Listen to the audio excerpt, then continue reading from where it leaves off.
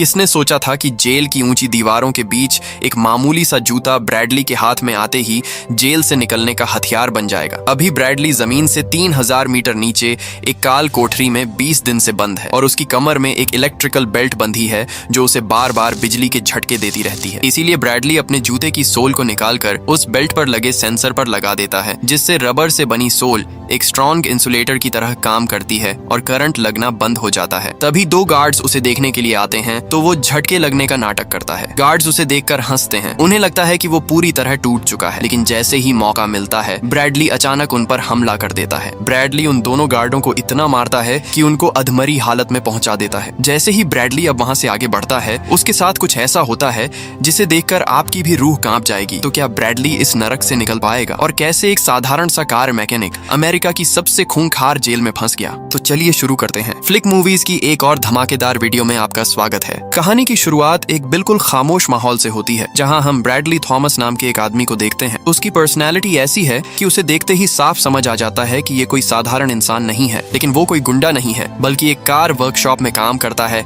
और अपनी रोजमर्रा की जिंदगी जी रहा होता है। तभी अचानक उसका बॉस उसे अपने केबिन में बुलाता है और बिना किसी लंबी बात के उसे नौकरी से निकाल देता है। बॉस कहता है कि आजकल कार वॉश का काम बहुत धीमा चल रहा है, बिजनेस डाउन है, इसलिए वो उसे सैलरी भी नहीं दे सकता।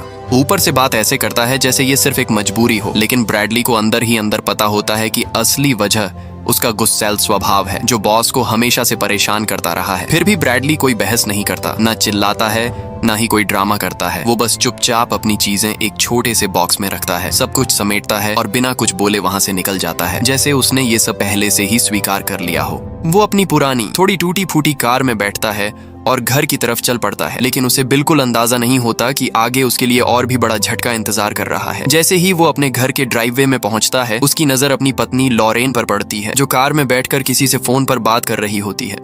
उस एक पल में ही ब्रैडली के दिमाग में हजारों ख्याल दौड़ जाते हैं और उसे यकीन हो जाता है कि लॉरेन का किसी और के साथ अफेयर चल रहा है। यही वो पल होता है जब उसके अंदर दबा हुआ गुस्सा अचानक फट पड़ता है, जैसे कोई ज्वालामुखी बरसों बाद फूट पड़ा हो। वो लॉरेन से कुछ नहीं कहता, बस उसे इशारे से घर के अंदर जाने के लिए कहता है और जैसे ही वो अंदर जाती है ब्रैडली का कंट्रोल पूरी तरह खत्म हो जाता है। इसके बाद जो होता है वो बेहद डरावना होता है। ब्रैडली अपने ही हाथों से अपनी कार को तोड़ना शुरू कर देता है। वो इतनी ताकत से हेडलाइट्स पर मुक्का मारता है कि वो चकनाचूर हो जाती हैं। फिर साइड मिरर को उखाड़ फेंकता है और यहाँ तक कि कार के बोनट को अपने हाथों से मरोड़ देता है, जैसे वो कोई लोहे का टुकड़ा नहीं बल्कि कागज हो। ये सिर्फ गुस्सा नहीं था, ये उसके अंदर का दर्द था। वो दर्द जो उसने सालों से दबा रखा था, वो दर्द जो उसकी जिंदगी के हर गलत मोड़ के साथ बढ़ता गया था। ये उस इंसान की हालत थी जिसने अपनी जिंदगी को सही रास्ते पर लाने के लिए बहुत कुछ छोड़ा था, लेकिन बदले में उसे सिर्फ तकलीफ ही मिली। जब उसका गुस्सा धीरे धीरे शांत होता है तो वो अंदर घर में जाता है और लॉरेन से बात करता है। यहाँ हमें पता चलता है कि इन दोनों का रिश्ता पहले से ही बहुत नाजुक दौर से गुजर रहा था। लॉरेन का हाल ही में मिसकैरेज हुआ था, जिससे वो मानसिक रूप से टूट चुकी थी, और दूसरी तरफ ब्रैडली भी अपने काम और तनाव के चलते उसे समय नहीं दे पा रहा था। दोनों के बीच दूरी बढ़ती जा रही थी और आज जो हुआ उसने उस दूरी को और ज्यादा गहरा कर दिया। लेकिन इस बार दोनों खुलकर बात करते हैं, अपनी गलतियों को मानते हैं और ब्रैडली एक बहुत बड़ा और समझदारी भरा फैसला लेता है। वो कहता है कि वो इस रिश्ते को एक और मौका देना चाहता है, लेकिन इसके लिए उसे अपनी पुरानी जिंदगी में वापस जाना पड़ेगा, यानी ड्रग्स की दुनिया में, जहां से वो पहले निकल चुका था। उसका मानना होता है कि अगर उसे अपनी पत्नी को एक अच्छी जिंदगी देनी है तो उसे पैसे कमाने के लिए वही रास्ता अपनाना होगा। लॉरेन उसे रोकने की कोशिश करती है, उसे समझाती है कि ये रास्ता गलत है, लेकिन हालात ऐसे होते हैं कि वो भी ज्यादा कुछ नहीं कर पाती और मजबूरी में उसकी बात मान लेती है। इसके बाद कहानी सीधे 18 महीने आगे बढ़ जाती है। अब हम देखते हैं कि ब्रैडली और लॉरेन एक शानदार बड़े और महंगे घर में रह रहे हैं। उनकी जिंदगी अब पहले से बिल्कुल अलग लगती है, हर चीज परफेक्ट दिखाई देती है। लॉरेन अब प्रेग्नेंट है और ऐसा लगता है जैसे उनकी जिंदगी पटरी पर आ चुकी है। ब्रैडली अब अपने पुराने दोस्त गिल के लिए काम कर रहा होता है, जो उसे बड़े बड़े ड्रग डील्स दिलवाता है। एक दिन गिल उसे एक खास काम देता है और उसे एक बड़े ड्रग डीलर एलियाजार से मिलवाता है, जो इस पूरे खेल का बड़ा खिलाड़ी होता है। एलियाजार ब्रैडली को एक जिम्मेदारी देता है, जिसमें उसे 2 मैक्सिकन ड्रग डीलर्स के साथ मिलकर समुद्र के रास्ते आई एक बड़ी खेप को संभालना होता है। लेकिन ब्रैडली को शुरू से ही उन दोनों पर भरोसा नहीं होता। उसे लगता है कि वो दोनों अनुभवहीन हैं और कुछ न कुछ गड़बड़ जरूर करेंगे। वो एलियाजार से अपनी चिंता भी जाहिर करता है, लेकिन एलियाजार उसे भरोसा दिलाता है कि सब कुछ कंट्रोल में रहेगा और वो दोनों उसके हिसाब से ही काम करेंगे। उसी रात अंधेरे में जब तीनों मिलकर नाव से ड्रग्स उतार रहे होते हैं तभी ब्रैडली की शंका सच साबित हो जाती है। उसे अचानक एहसास होता है कि पुलिस आसपास है और वो खतरे को भांप लेता है। वो तुरंत उन दोनों मैक्सिकन लड़कों को कहता है कि ड्रग्स को पानी में फेंक दो ताकि सबूत मिट जाए, लेकिन वो उसकी बात नहीं मानते और उल्टा उससे बहस करने लगते हैं। बात इतनी बढ़ जाती है कि वो ब्रैडली से लड़ने लगते हैं और फिर वहां से भागने की कोशिश करते हैं। ब्रैडली किसी तरह वहां से निकल जाता है, लेकिन उन दोनों के सामने पुलिस आ जाती है और वो घबराकर पुलिस पर ही गोली चला देते हैं। अब यहाँ ब्रैडली के सामने एक बहुत बड़ा फैसला होता है, या तो वो पुलिस वालों को मारे और खुद को बचाए या फिर अपने साथियों को रोके। वो अपने सिद्धांतों को नहीं छोड़ता और पुलिस को बचाने के लिए अपने ही साथियों पर गोली चला देता है। आखिरकार पुलिस उसे पकड़ लेती है और उसके हाथों के सबूतों से ये साबित हो जाता है कि इस पूरे ऑपरेशन का मास्टरमाइंड वही था। कोर्ट में केस चलता है और उसे 7 साल की सजा सुनाई जाती है, जिसके बाद उसे एक मीडियम सिक्योरिटी जेल में भेज दिया जाता है। जेल में आने के बाद शुरू में माहौल उतना खतरनाक नहीं लगता जितना ब्रैडली ने सोचा था। ये एक मीडियम सिक्योरिटी जेल होती है जहाँ चीजें कंट्रोल में दिखती हैं और कैदी भी उतने बेकाबू नहीं लगते। ब्रैडली यहाँ एक ही सोच के साथ रहता है कि उसे किसी भी तरह चुपचाप अपनी सजा पूरी करनी है और वापस अपनी पत्नी लॉरेन के पास जाना है। वो किसी से उलझता नहीं, किसी ग्रुप में शामिल नहीं होता, बस अपना काम करता है और हर दिन गिनता रहता है कि कब ये सब खत्म होगा। उसके अंदर का गुस्सा जैसे उसने फिर से बंद कर दिया हो, क्योंकि अब उसके पास खोने के लिए बहुत कुछ था। लेकिन ये शांति ज्यादा दिन टिकती नहीं है। कुछ ही दिनों बाद एक अजीब सा आदमी उससे मिलने आता है। उसका चेहरा एकदम ठंडा होता है। वो खुद को प्लेंसिड मैन कहता है। जैसे ही वो बैठता है, बिना घुमाए फिराए सीधे मुद्दे पर आ जाता है और ब्रैडली को ऐसी बात बताता है जो उसकी पूरी दुनिया हिला देती है। वो कहता है कि जिन लोगों का नुकसान ब्रैडली ने उस ड्रग डील वाले दिन किया था, उन्होंने उसकी पत्नी लॉरेन को किडनैप कर लिया है। पहले तो ब्रैडली को यकीन नहीं होता, लेकिन प्लेंसिड मैन तुरंत अपने फोन पर एक वीडियो चलाता है। उस वीडियो में लॉरेन दिखाई देती है, डरी हुई, रोती हुई, मदद मांगती हुई। उसके चेहरे पर साफ दिख रहा होता है कि वो कितनी बड़ी मुसीबत में है। ये देखते ही ब्रैडली के चेहरे का रंग उड़ जाता है। वो कुछ बोल नहीं पाता, लेकिन उसकी आंखों में डर साफ दिखने लगता है। इसके बाद प्लेंसिड मैन उसे और भी बड़ा झटका देता है। वो कहता है कि उनके पास एक डॉक्टर बैठा है जो जबरदस्ती लॉरेन का अबॉर्शन कर देगा, यानी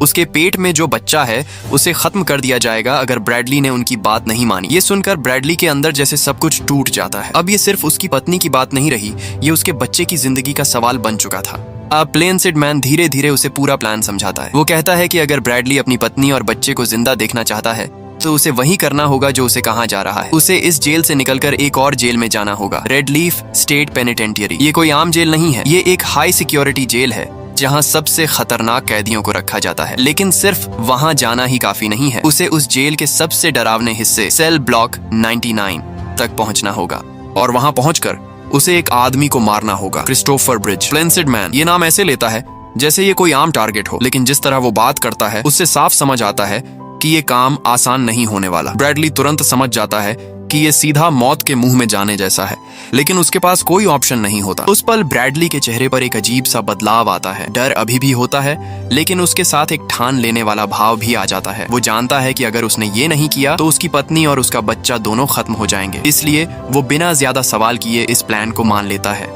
अब उसके सामने सबसे बड़ी समस्या ये होती है कि वो इस मीडियम सिक्योरिटी जेल से रेड लीफ जैसी खतरनाक जेल में कैसे पहुंचे, क्योंकि वहां सिर्फ वही कैदी भेजे जाते हैं जो बहुत ज्यादा हिंसक और अनकंट्रोल हो जाते हैं। यानी उसे खुद को ऐसा बनाना होगा कि जेल प्रशासन उसे यहाँ रखने लायक ही न समझे। अगले ही दिन वो अपना प्लान शुरू कर देता है। बिना किसी चेतावनी के वो एक गार्ड पर हमला कर देता है। उसका हमला इतना अचानक और ताकतवर होता है कि गार्ड संभल ही नहीं पाता और बुरी तरह घायल हो जाता है। बाकी गार्ड्स दौड़ कर आते हैं और उसे पकड़ लेते हैं, लेकिन ब्रैडली यहाँ रुकने वाला नहीं होता। जब उसे पकड़कर वापस उसके सेल में ले जाया जा रहा होता है, तब भी वो मौका देखकर फिर से हमला कर देता है। इस बार वो और ज्यादा हिंसक होता है, गार्ड्स को धक्का देता है, मुक्के मारता है और पूरी ताकत लगा देता है ताकि वो साफ दिखा सके कि अब वो कंट्रोल में नहीं है। ये सब देखकर जेल प्रशासन के पास कोई चॉइस नहीं बचती। वो उसे अनकंट्रोलेबल कैदी घोषित कर देते हैं, यानी ऐसा कैदी जो किसी भी वक्त कुछ भी कर सकता है, और यही ब्रैडली चाहता भी था। फैसला तुरंत लिया जाता है कि उसे यहाँ से हटाकर रेड लीफ स्टेट पेनिटेंटियरी भेज दिया जाए। जैसे ही ये फैसला होता है, ब्रैडली को अंदर ही अंदर समझ आ जाता है कि उसके प्लान का पहला हिस्सा सफल हो गया है, लेकिन उसे ये भी पता होता है कि असली नरक अभी शुरू होने वाला है। जैसे ही वो रेड लीफ जेल में पहुंचता है, वहां का माहौल देखकर ही उसकी समझ में आ जाता है कि ये जगह कितनी खतरनाक है। यहाँ हर चीज में एक डर है। जैसे ही ब्रैडली उस नई जेल की दहलीज पर कदम रखता है, उसे एहसास होता है कि पिछली जेल तो इसके सामने एक 5 स्टार होटल थी। वहाँ का वार्डन टुगन उससे मिलता है। वो उसे इंसान की तरह नहीं बल्कि एक जानवर की तरह ट्रीट करता है। उसकी पूरी तलाशी ली जाती है, उसे अपमानित किया जाता है। वार्डन उसे साफ शब्दों में चेतावनी देता है कि यहाँ कानून सिर्फ उसका चलता है और अगर ब्रैडली ने अपनी पूंछ हिलाने की कोशिश भी की तो उसे ऐसी जगह डाल दिया जाएगा जहां सूरज की रोशनी भी नहीं पहुंचती। इसके बाद ब्रैडली को एक गंदी, बदबूदार और सीलन भरी सेल में डाल दिया जाता है। लेकिन इस बार भी उसका ध्यान इन चीजों पर नहीं होता। उसके दिमाग में सिर्फ एक ही चीज चल रही होती है, उसे किसी भी हालत में सेल ब्लॉक 99 तक पहुंचना है।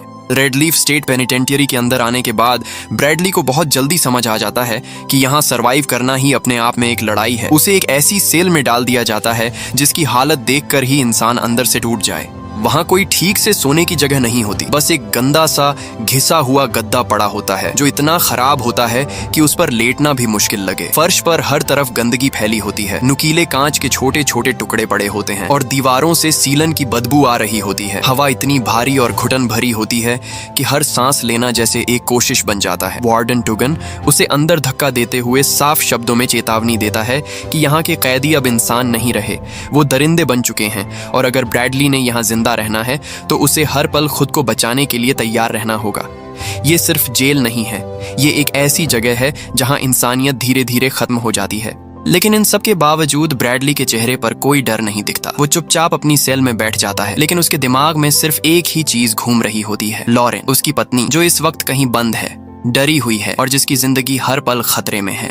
ब्रैडली को पता है कि वो यहाँ किसी आम वजह से नहीं आया है। उसका एक मिशन है, क्रिस्टोफर ब्रिज नाम के कैदी को ढूंढना और उसे मारना। यही एक रास्ता है जिससे वो अपनी पत्नी और अपने बच्चे की जान बचा सकता है। इसीलिए वो अपने आसपास के माहौल से ज्यादा अपने अगले कदम के बारे में सोचता रहता है। कुछ समय बाद जब उसे थोड़ी देर के लिए बाहर लाया जाता है तो वो बाकी कैदियों को ध्यान से देखने लगता है। हर किसी के चेहरे पर एक अलग कहानी होती है, कहीं गुस्सा, कहीं पागलपन, कहीं हार मान लेने वाली खामोशी। तभी उसकी नजर एक ग्रुप पर पड़ती है जो जिम एरिया में एक्सरसाइज कर रहा होता है। उनके शरीर मजबूत होते हैं, उनकी बॉडी लैंग्वेज से साफ दिखता है कि वो यहाँ के सबसे खतरनाक कैदियों में से हैं। ब्रैडली पास खड़े एक कैदी से पूछता है कि ये लोग कौन हैं, तो वो कैदी उसे बताता है कि ये जेल के सबसे खूंखार लोग हैं और यहाँ कोई भी इनसे पंगा लेने की हिम्मत नहीं करता। इतना सुनना ही काफी होता है। ब्रैडली बिना कुछ सोचे समझे सीधे उनके पास चला जाता है और अचानक उनसे भिड़ जाता है। ये कोई गुस्से में किया गया फैसला नहीं होता, बल्कि एक सोच समझकर उठाया गया कदम होता है। उसे पता है कि अगर उसे जल्दी से जल्दी सेल ब्लॉक 99 तक पहुंचना है तो उसे ऐसा कुछ करना होगा जिससे पूरा जेल सिस्टम हिल जाए। इसलिए वो अपनी पूरी ताकत लगा देता है। हर मुक्का भारी होता है, हर वार सीधा हड्डियों तक असर करता है। सामने वाले कैदी भी पीछे हटने वाले नहीं होते, लेकिन ब्रैडली की ताकत और उसका इरादा दोनों बहुत खतरनाक होते हैं। लड़ाई इतनी तेज और हिंसक हो जाती है कि पूरे एरिया में हड़कंप मच जाता है। गार्ड्स तुरंत वहां पहुंचते हैं और चिल्लाकर उसे रुकने के लिए कहते हैं, लेकिन ब्रैडली जैसे अब सुन ही नहीं रहा होता। जो भी उसके सामने आता है वो उसे गिरा देता है, उसकी हड्डियां तोड़ देता है।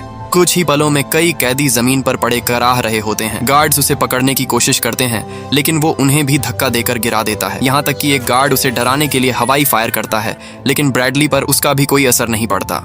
तभी अचानक पीछे से वार्डन टुगन आता है और बिना समय गंवाए अपनी बंदूक ब्रैडली के सिर पर तान देता है। इस बार ब्रैडली रुक जाता है, गार्ड्स उसे पकड़ लेते हैं और अब वो पूरी तरह उनके कंट्रोल में होता है। लेकिन उसके चेहरे पर फिर भी डर नहीं होता, बल्कि एक अजीब सी शांति होती है, जैसे वो जो चाहता था वो हासिल कर चुका है। इसके बाद टुगन उसे घसीटते हुए एक भारी लोहे के दरवाजे की तरफ ले जाता है। वो दरवाजा ऐसा लगता है जैसे किसी अंधेरी दुनिया का रास्ता हो। जैसे ही वो खुलता है, अंदर से ठंडी और सड़ी हुई हवा का झोंका बाहर आता है। ये वही जगह होती है, सेल ब्लॉक 99, एक ऐसी जगह जहां जाने का मतलब होता है कि अब वापसी लगभग नामुमकिन है।